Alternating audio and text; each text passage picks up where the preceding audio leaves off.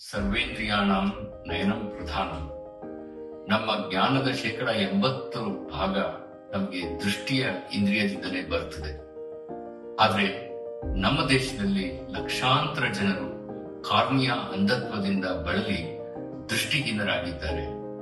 ಅವರಿಗೆ ಚಿಕಿತ್ಸೆ ನೀಡಿ ದೃಷ್ಟಿಯನ್ನ ಕೊಡ್ಲಿಕ್ಕಿರುವ ಏಕೈಕ ಮಾರ್ಗ ಅಂದ್ರೆ ನೇತ್ರದಾನದಿಂದ ಬಂದಂತಹ ಕಣ್ಣುಗಳಿಂದ ಕಾರ್ನಿಯಾವನ್ನು ಬೇರ್ಪಡಿಸಿ ಅದನ್ನ ಕಸಿ ಶಸ್ತ್ರಚಿಕಿತ್ಸೆಯ ಮೂಲಕ ಅವರಿಗೆ ದೃಷ್ಟಿಯನ್ನು ನೀಡುವುದು.